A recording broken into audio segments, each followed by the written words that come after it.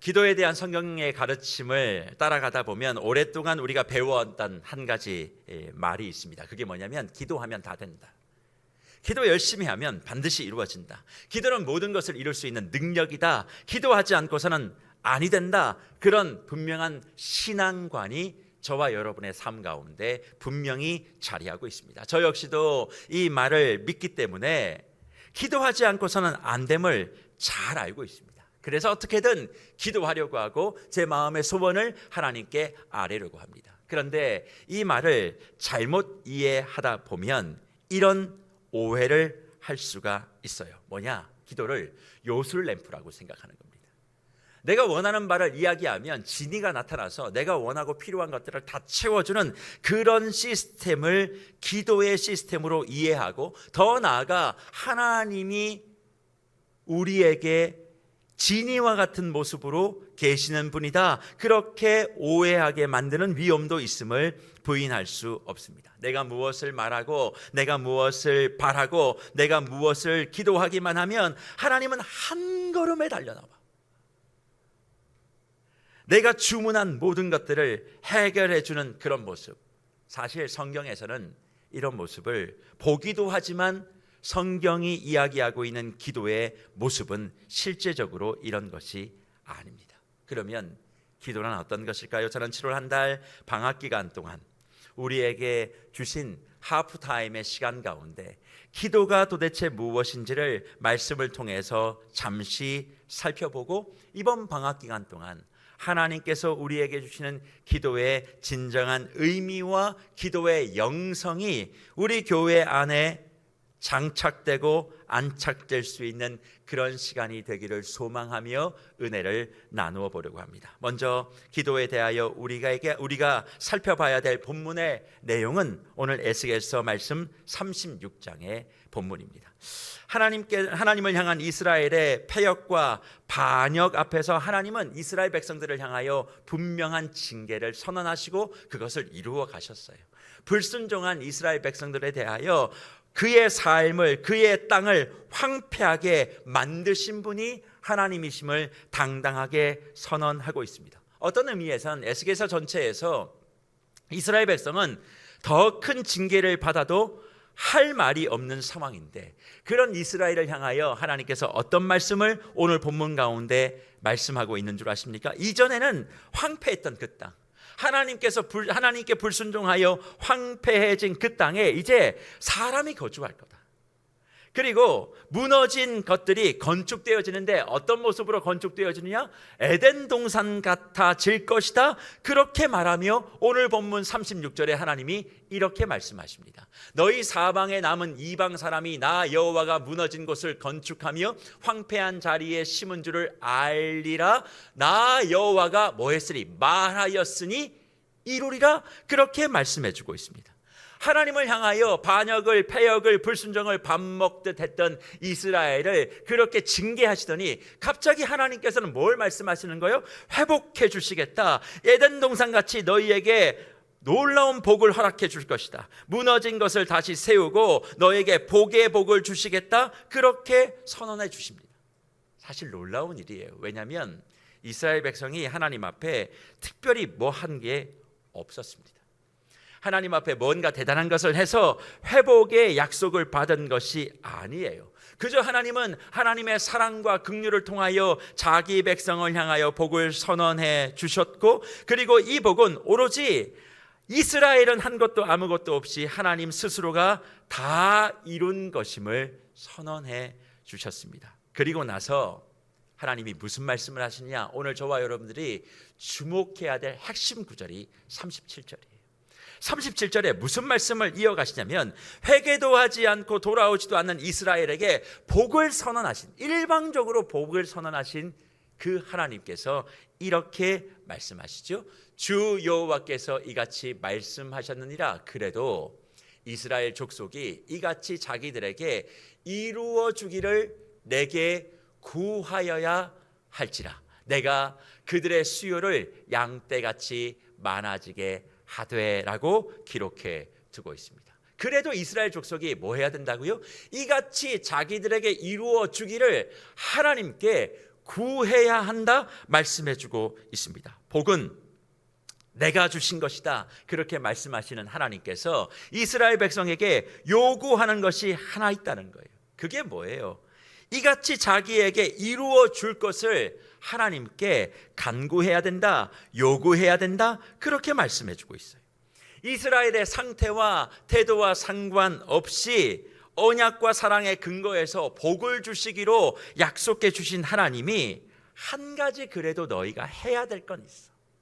너희가 뭔가를 잘해서 회복시켜주고 너희가 뭔가를 잘해서 복을 주는 건 아니지만 그럼에도 불구하고 너희의 삶 가운데 하나는 해야 해. 그게 뭐예요? 간구해, 요청해, 기도해 그렇게 말씀해 주고 있다는 것입니다. 사실 이런 이야기를 들으면 고개를 갸우뚱하는 성도님들이 있으실 수 있어요. 그게 뭘까요? 아니 복 주기로 했으면 그냥 주시면 되지 뭘 또 요구를 해. 그전에는 조건 같은 거 안 따지고 한 번에 다 준다고 해놓고 이스라엘 백성이 뭔가 잘한 것도 없음에도 불구하고 회복을 선언하시고 복을 주시겠다 말씀하시고 에덴 동산 같아질 것이라 하시고 양떼의 수요가 많아질 거다 그렇게 다 이야기해놓고 갑자기 뭘 자꾸 하라는 거야? 그렇게 말씀하시며 요구받는 것에 대하여 불편함을 느끼시는 성도님들이 있으실 수 있다 그렇게 생각합니다. 하지만 여기엔 하나님께서 우리를 향하여 가지고 있는 믿음과 기도의 진짜 모습이 있어요. 그것이 도대체 뭘까요? 하나님이 우리에게 원하시는 믿음, 또 하나님이 우리에게 원하시는 기도의 모습, 그것이 어떤 것일까요? 저는 그것을 생각하기 전에, 살펴보기 전에 하나님이 우리를 향하여 가지고 계신 그 마음이 무엇인지를 먼저 깨달을 때 이 기도와 믿음의 내용도 제대로 이해할 수 있다 생각합니다. 하나님이 우리를 향하여 가지고 계시는 마음, 우리가 잊지 말아야 될 그 모습이 뭔 줄 아십니까? 우리 하나님은 저와 여러분들에게 복 주시기를 원하신다는 거예요. 하나님은 저와 여러분의 삶에 무언가를 뺏어가고 앗아가는 분이 아니시라 하나님은 그의 자녀에게 너무나 좋은 것들을 주시기를 원하시고 바라시는 분이라는 것입니다. 저와 여러분이 부족한 것이 있을 수 있습니다. 저와 여러분이 모자란 것이 있을 수 있습니다. 그럼에도 불구하고 자기 자녀에 대하여 복 주시기를, 한없는 복을 주시기를 원하시고 바라시는 분이 내 하나님이신 줄을 믿으시기를 축복합니다. 내가 잘못한 것이 있어도 좋은 것을 주시는 분이 바로 내 하나님. 내가 모든 것을 다 갖추지 못해도 가장 좋은 것을 주시는 분이 하나님인 것을 의심하지 마십시오.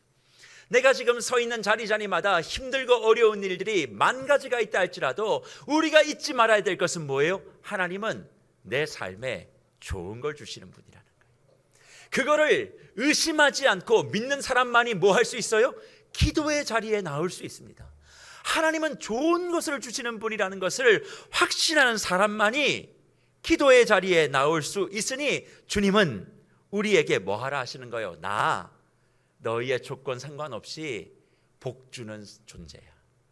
나 너희에게 좋은 걸 주기를 원해. 그런데 한 가지만 해. 기도해, 간구해, 요청해. 그렇게 말하는 것이죠. 그러면 우리 뭇별들 가운데는 이렇게 또 물어보시는 분들이 계십니다. 목사님, 그러면 기도 안 하면 안 주겠다는 의미입니까? 그렇게 물어보시는 분들이 있잖아요. 기도해야지만 다 받을 수 있는 겁니까? 아니요. 그렇게 말하면 기도가 뭐가 되는 줄 아세요? 거래가 되는 거예요. 내가 기도라는 걸 하면 주고 안 하면 안 주고, 아이가 뭘 원하지 않아도 사랑하면 아이의 필요를 알고 부모는 다 주잖아요. 그게 관계거든요. 근데 기도하면 주고 기도 안 하면 안 받고 이런 이야기로 이걸 이해해버리면 거래로 만들어버린다는 겁니다. 그러면 주님께서 복을 주신다라고 약속하시고 그래도 한 가지 해, 기도해라고 하는 의미는 도대체 무엇일까요? 여기엔 이런 의미가 담겨 있는 거예요. 하나님이 아니면 안 됩니다. 하나님, 나 좀 도와주세요 라고 하는 고백이 담기는 거예요. 기도는 고백입니다. 기도는 하나님과 거래하는 게 아니에요. 기도는 고백. 어떤 고백이요? 하나님이 아니면 안 됩니다. 하나님 나 좀 도와주십시오. 그렇게 하나님 앞에 나아가는 것이죠. 그래서 우리의 기도가 잘못 오해되고 있는 여러 내용들 가운데 바로 이런 부분이 우리의 신앙과 기도를 참 힘들게 만들어요. 그게 뭔 줄 아세요? 내가 기도해서 그렇게 됐다라고 말씀하시는 분들이 가끔 있습니다. 내가 이렇게 기도하니까 이렇게 됐다 저렇게 됐다 이야기하면서 결국에는 기도의 내용보다 내가 기도해서 이렇게 된 거야 라고 말씀하며 기도의 원래 의미와 전혀 다른 모습으로 이것을 사용하시는 분들이 있음을 우리는 잘 알고 있어요. 그러면 도대체 기도가 뭘까요? 도대체 기도가 어떤 것일까요? 저는 이 기도를 이렇게 정리하고 싶어요.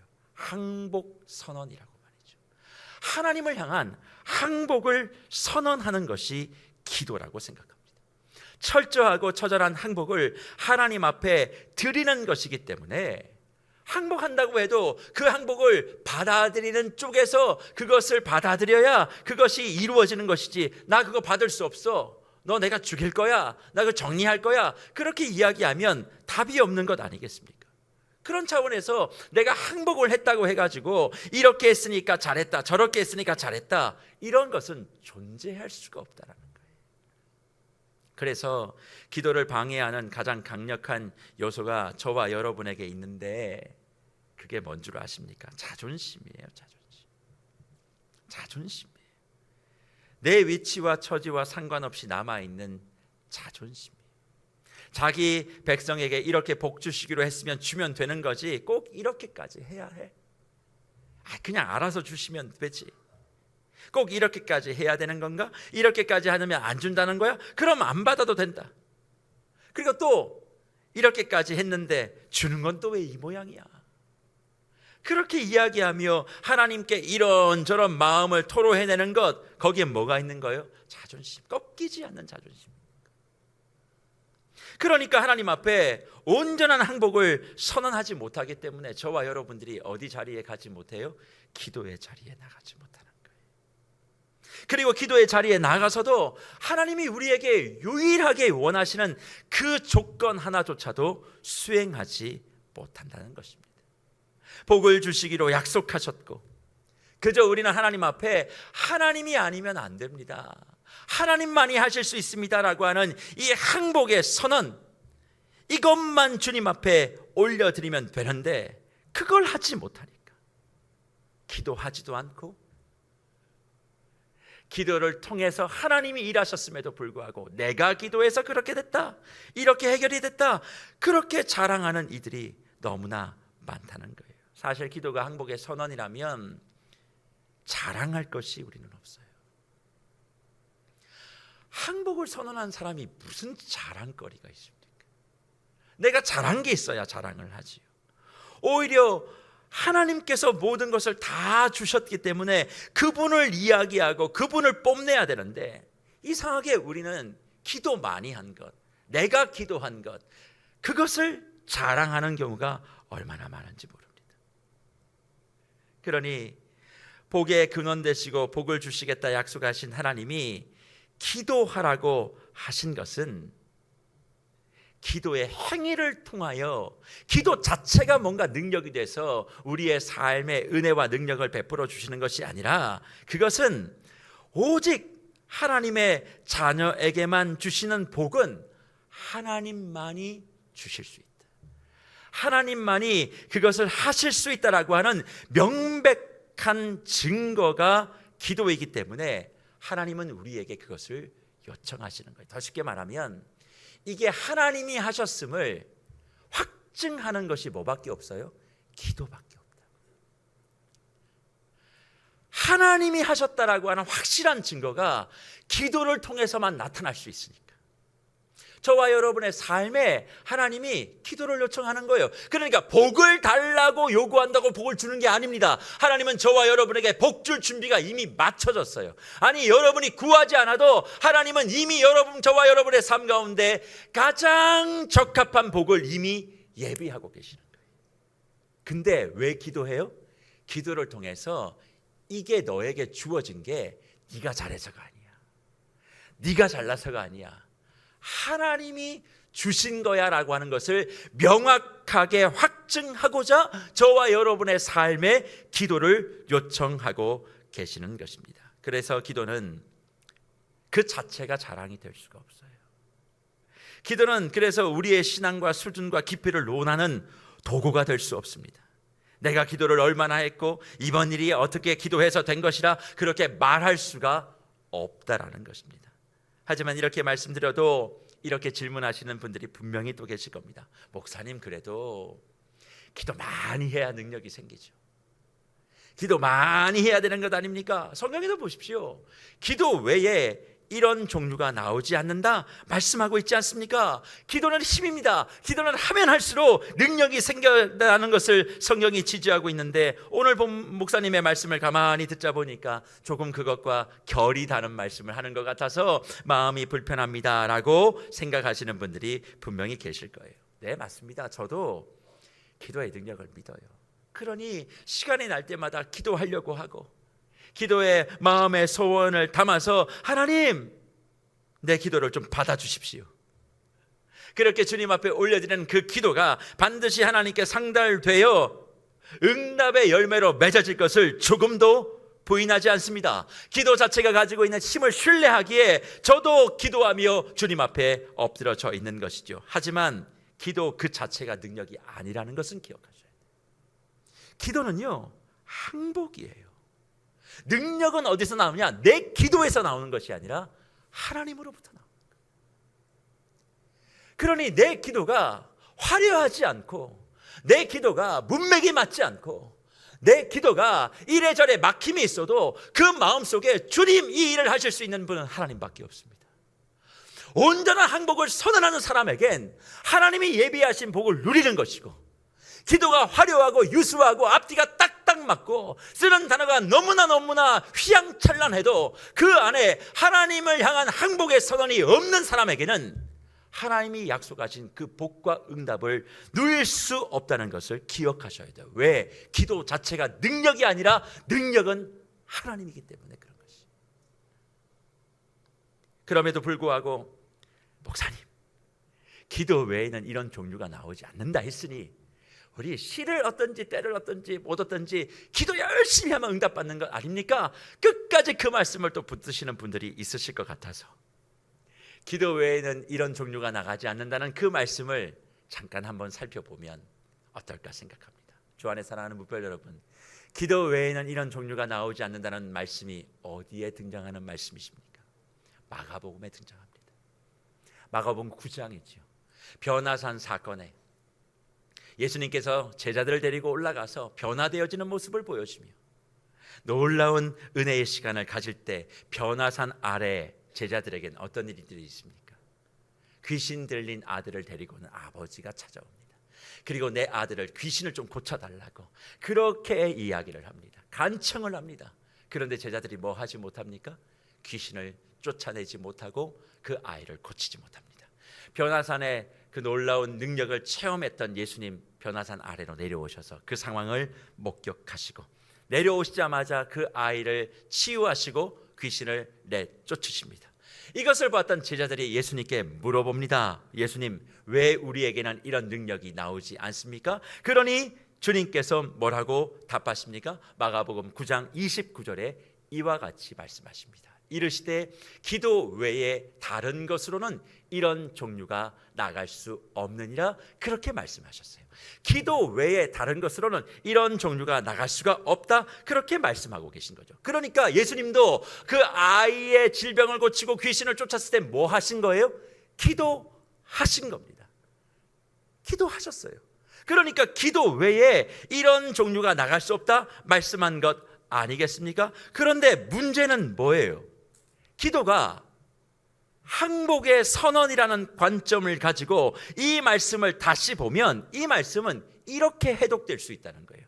단지 기도 행위 자체가 이런 능력을 나타냈다, 그게 아니라 기도는 뭐라고요? 항복을 선언하는 거라고요. 기도가 항복을 선언하는 것이라면 이 말씀은 이런 일은 오직 하나님 외에는 나갈 수가 없다라고 이 말씀을 다시 해석할 수 있다는 거예요. 왜 그렇습니까? 귀신 들린 아들을 데리고 아버지가 찾아왔을 때 변화산 아래에서도 예수 그리스도의 제자들은 기도했습니다. 기도했음에도 불구하고 그들에게 능력이 나타나지 않았어요. 근데 예수님이 내려와서 기도했을 땐 능력이 나타난 겁니다. 우리는 단지 이 모습을 바라보며 예수님이 기도하셨으니까 능력이 나타났지요, 그렇게 생각할 수 있습니다만 그게 아닙니다. 예수님의 기도에는 뭐가 있었어요? 항복의 선언이 있었던 거예요. 예수님조차도 매일 기도하며 하나님이신 주님이 왜 기도합니까? 성부 하나님이 아니시고는 이 일이 이루어질 수 없음을 고백하며 우리에게 본을 보여주신 거예요. 예수님 스스로에게 능력이 없어서가 아니라 예수를 닮아 따라와야 될 저와 여러분들이 나도 하나님께 항복을 선언합니다. 그러니 너희도 너희의 삶에 항복을 선언해야 되지 않겠는가? 그러니 그 상황 앞에서 기도 행위 자체가 아니라 하나님을 향한 항복의 선언, 이 일은 오직 하나님만이 하실 수 있습니다. 하나님만이 이런 종류를 행할 수 있습니다. 그것을 고백하고 선언할 때 귀신이 쫓아나가고 질병이 치유되는 그런 역사를 체험했다는 것이죠. 그런데 제자들에겐 그런 항복의 선언이 없었습니다. 기도를 했겠죠. 고쳐달라고, 나가라고, 귀신아 예수의 이름으로 명하노니 물러가라고 그렇게 선언했음에도 불구하고 거기 안에 뭐가 없었어요? 항복의 선언이요. 하나님이 하셔야 된다라고 하는 고백이 없었다는 것입니다. 사실 마가복음 9장에 등장하는 이 제자들, 귀신을 내쫓지 못했던 이 제자들은 귀신을 내쫓았던 경험이 이미 있었어요. 그럼에도 불구하고 왜 지금 그들이 다시 똑같은 상황 앞에 하나님의 능력을 체험하지 못했을까요? 그들도 분명히 예수의 이름으로 명하니까 귀신이 도망가고 병든 사람이 고쳐지고 했던 것에 대하여 기뻐했던 것을 마가복음 6장 7절 이하에 보면 분명히 성경은 기록하고 있습니다. 그런데 9장에 와서 그들이 실패해요. 왜 그럴까? 제자들에게 이런 마음이 있었던 거죠. 6장에서 한번 해본 거예요. 그러니까 자신감이 생기는 거죠. 나도 이제는 좀 쫓을 수 있다. 예수님처럼 나도 좀 할 수 있어. 그런 마음에 있는 자만감, 자신감, 이런 게 있었습니다. 그러니까 하나님께서 하셔서 그것의 도구로 쓰임 받았을 뿐인데 그 한 번의 경험이 이제는 그 능력이 완전히 내게 장착이 됐다. 이제 내가 어디 가든지 그런 것들을 가뿐하게 해결할 수 있다라고 생각하고 뭐 하지 않은 거예요?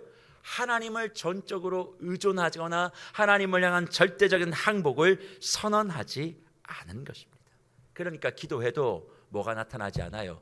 능력이 나타나지 않는 거예요. 주 안에 사랑하는 묵별 여러분, 우리가 지금까지 살아오면서 수많은 일들 앞에 이런저런 일들을 경험하셨을 겁니다. 때론 기도하면서 하나님이 주시는 응답도 받으셨을 거고, 때론 이런저런 기적들도 맛보시며 오늘 이날까지 오시는 분들이 분명히 여기에도 많이 계실 거예요. 그러나 그 한 번의 응답, 그 한 번의 은혜가 오늘 지금 이 자리에도 계속 유효하다고 생각하십니까? 우리는 그럴 수 있는 사람들이 아니에요. 능력의 유효의 문제뿐만 아니라 더 중요한 건 뭐예요? 우리는 매일 하나님을 향하여 항복을 선언하고 하나님이 아니면 아무것도 할 수 없음을 고백하는 사람들이어야만 합니다. 그래서 예수님께서 이 땅에 계시면서 계속 보여줬던 모습이 뭡니까? 기도하는 모습이에요.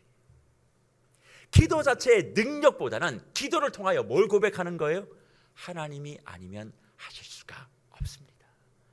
내 삶의 항복을 선언한 것이지요. 그러니 기도는 그저 하나님이 아니면 안 됩니다. 하나님이 함께하지 않으시면 이것은 될 수가 없습니다. 이 일은 하나님이 개입하셔야 될 일이고 하나님이 해결해 주셔야 될 일이고 하나님이 나를 도와주셔야 될 일입니다. 나를 살려주십시오. 나를 불쌍히 여겨주십시오. 하나님이 약속하신 그 복을 받기를 원합니다. 내가 생각한 것보다 더 좋은 것을 주시는 그 하나님 앞에 내가 두 팔 두 손 다 들고 항복을 선언하오니 주여 나를 불쌍히 여겨달라고. 어제 한번 항복을 선언했다고 되는 것이 아닙니다. 오늘도 주님 앞에 항복을 선언하고 하나님이 하셔야 되는 것입니다. 주님, 저 지금 큰일 났어요. 저 지금 절벽 아래에 있습니다. 저 진짜 답이 없습니다. 그렇게 하나님을 향한 절대적인 항복을 선언하게 되어질 때 주님께서 우리에게 약속한 그 복을 과감없이 저와 여러분에게 부어 주실 줄 믿습니다. 그러니 저는 오늘 우리 묵별들에게 기도 열심히 하라, 뜨겁게 하라, 그 말씀 드리는 거 아닙니다. 저와 여러분의 기도를 한번 점검해 보자는 거예요. 저와 여러분에게 기도는 어떤 것입니까? 단지 내가 필요한 걸 얻고자 하는 도구세요? 내가 원하고 바라는 것들을 이루기 위한 나의 주문입니까? 단지 하나님의 능력을 이양받고 하나님의 힘을 내가 사용해서 내가 필요한 무엇인가를 이루고 해결하는 그 도구로서 기도를 생각하십니까? 그렇다면 오늘부터 생각을 바꾸세요. 기도는 내가 무엇을 하지 않아도 사랑과 은혜와 하나님의 언약 가운데 주시는 복을 누리기 위한 항복 선언에 불과하는 것입니다. 그냥 내가 할 수 없습니다를 절실하게 고백하는 것이 기도예요. 화려하게 기도 안 해도 괜찮습니다. 방언 못 하셔도 괜찮습니다. 그저 내 입으로 하나님, 이 일은 하나님이 하셔야 됩니다. 그럴 때 일이 해결되어지는 기쁨을 우리가 맛보게 되는 거예요. 지금 저와 여러분의 삶에 무엇이 가장 어려우십니까? 그 어려운 문제 아동바동 머리 싸매고 있으니까 해결되시던가요? 그 문제가 풀어지시던가요? 풀어지지 않고 해결되지 않으니까 그 문제를 해결할 능력을 달라고 혹시 기도하시는 분들 계십니까? 아니요. 그 문제 풀어줄 능력 달라고 기도하지 마세요. 그 문제 내가 아무것도 할 수 없습니다. 오직 하나님만이 하셔야만 합니다. 그것을 선언해낼 때 주님께서는 저와 여러분의 삶에 베푸실 만한 은혜와 자비를 허락해 주실 줄 믿습니다. 그러니 오늘 한번 내 자신을 돌아보세요.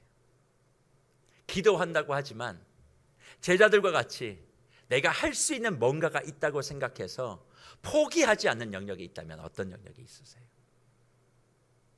한 번, 두 번 응답받았으니까 내가 이렇게 기도하면 하나님 들어주실 거야. 내가 지난번에 일주일 금식하고 기도하니까 응답이 되더라. 그러니 오늘은 14일을 내가 금식해봐야지. 그런 거 굳이 안 하셔도 괜찮습니다. 금식은 왜 한다고요? 내가 곡기를 끊고 이거 안 들어주면 죽겠다 하나님 앞에 항의하는 거 아닙니다. 금식은 하나님 말씀하시는 대로 내가 내 뜻을 꺾겠다라고 금식하는 거예요. 내가 잘 안 되니까, 내 뜻을 못 꺾겠으니까 곡기를 끊고 주님 말씀에 내가 순종하겠다라고 하는 것이 금식이에요. 기도도 마찬가지입니다. 작정기도 왜 하세요? 들어줄 때까지요? 아니요. 내 영역에 포기해야 될 것, 항복을 선언해야 될 것, 그것을 빨리빨리 주님 앞에 고백해낼 때 주님께서는 도와달라는 그 말을 외면하지 못하시는 거예요. 살려달라는 그 말을 외면하지 못하는 거예요. 주님 아니면 안 된다는 그 말을 외면하지 못하는 거예요.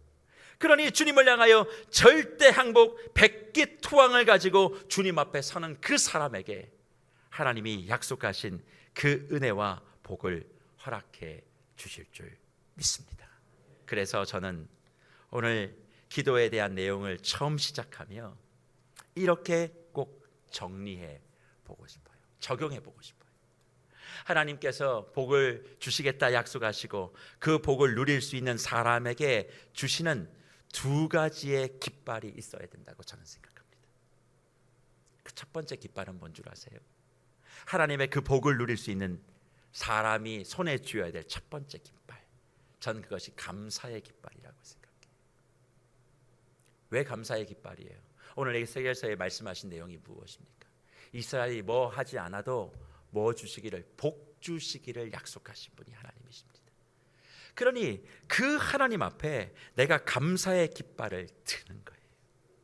그 사람이 기도하는 사람입니다. 기도의 자리에 나와서 먼저 감사할 줄 알아야 돼요. 내가 한 것도 없습니다. 부족합니다. 그러나 여기까지 인도해 주신 그 하나님께 감사를 올려드립니다. 그래서 감사의 깃발을 딱 한 손에 들고 또 한 손에는 뭘 들어야 될까요? 항복의 깃발, 항복의 깃발을 드는 거예요. 그러니 기도할 때 두 팔을 든다는 건 뭐예요? 감사와 항복을 같이 선언하는 거예요. 그래서 말씀을 준비하면서는 옛날 게임이 생각이 나던데요. 혹시 청기백기 게임 아십니까? 청기 올려 백기 올려, 백기 내려 청기 내려. 주님 앞에 저는 그런 마음으로 기도해야 된다고 생각해요. 감사의 깃발은 청기가 될 수 있겠죠. 어떤 상황 속에서도 푸르고 푸른 하나님의 복이 내게 임하게 될 줄 믿습니다. 그걸 선포하는 거예요. 그래 또 한 손에는 백기, 백기는 뭐예요? 나는 할 수 있는 게 아무것도 없어요, 주님. 그래서 이 청기와 백기를 두 손을 들고 주님 앞에 휘날리는 사람을 하나님이 주목하시고, 그래 너구나. 내가 약속한 네 생각보다 더 상상을 초월한 이 복을 너의 삶 가운데 쏟아부어 주겠다. 그러나 오늘 이 말씀을 듣고 집으로 돌아가실 때 저는 마음에 소원해요. 현관문을 탁 열고 들어갈 때 신발 벗고 탁 들어가고 예배 끝났다 그렇게 소파에 탁 엎드리지 마시고 딱 들어가는 순간 현관에 청기와 백기를 딱 꽂으세요. 주님, 우리 가정은 주님께 감사하는 이 감사의 깃발과 주님이 하셔야 된다라고 하는 항복의 깃발을 꽂습니다. 여기를 지나가는 나의 자녀들, 나의 식구들, 나의 모든 이들, 이 청기와 백기를 늘 오고 갈 때마다 들고 다니고, 그것을 주님을 향해서 늘 흔들 때마다 하나님이 약속하신 그 복의 복을 부어 주시옵소서. 혹시 오늘 예배 마치시고 삶의 터전으로 가시는 분들 계십니까? 직장의 문을 활짝 열고 들어갈 때 가장 먼저 그 깃발을 거기에 꽂으세요. 감사의 깃발, 항복의 깃발. 그것을 꼽는 자마다 하나님께서는 그것을 주목하여 보시고 베푸실 만한 은혜와 자비를 허락해 주실 줄 믿습니다. 아직도 감사의 깃발인 청기가 아니라 불평과 불만의 깃발인 붉은 깃발을 들고 계시는 분들 혹시 계십니까? 이제 내려놓으시죠. 한 게 없어도 내가 회복시켜 주시겠다 약속해 주신 주님이 지금도 저와 여러분과 함께하고 계십니다. 그리고 내가 한번 해보겠다라고, 끝까지 한번 해보겠다라고 아직도 여전히 검은색 띠를 둘러매고 주님 앞에서 투쟁하고 계시는 분들 계십니까? 그거 이제 내려놓으시고 하얀색 깃발을 그냥 드세요. 들고 주님, 내 자녀에게 항복을 선언합니다. 내 사업에게 항복을 선언합니다. 내 모든 삶의 관계, 내가 가지고 있는 모든 사역에 항복을 선언합니다. 내가 할 수 있는 것이 있어서 기도하지 않았습니다. 그런데 알고 보니 예수님도 그렇게 하셨네요. 나도 이제 내 모든 삶의 항복을 선언하며 달려가겠사오니 주님이 주시는 은혜와 복을 누리게 하여 주시옵소서. 그런 마음을 가지고 7월 한 달을 시작하게 되어질 때 저와 여러분의 삶에 놀라운 행복과 하나님의 축복이 임하게 될 줄 믿습니다. 돌아가실 때 빈손으로 돌아가지 마시고 청기와 백기를 꼭 가지고 돌아가셔서 하나님께서 주시는 복락의 강수를 누리시는 저와 여러분들이 되시기를 간절히 축복합니다.